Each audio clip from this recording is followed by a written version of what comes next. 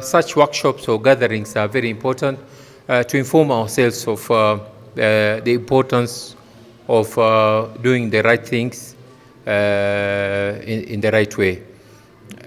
We know that every human being will test death, and Muslims and Islam as a complete way of life.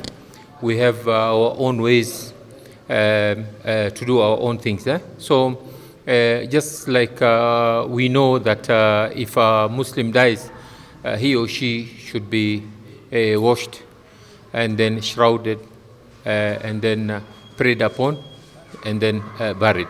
So all these four things have to be done in the right manner, in the right way, following the right guidance.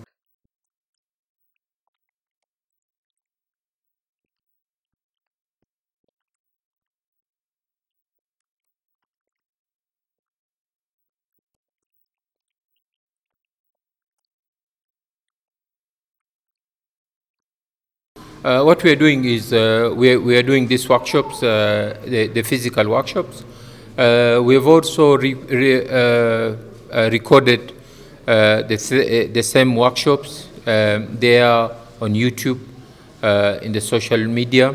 Alhamdulillah, we've done quite a number of CDs and distributed in different parts of the country because we cannot reach everybody.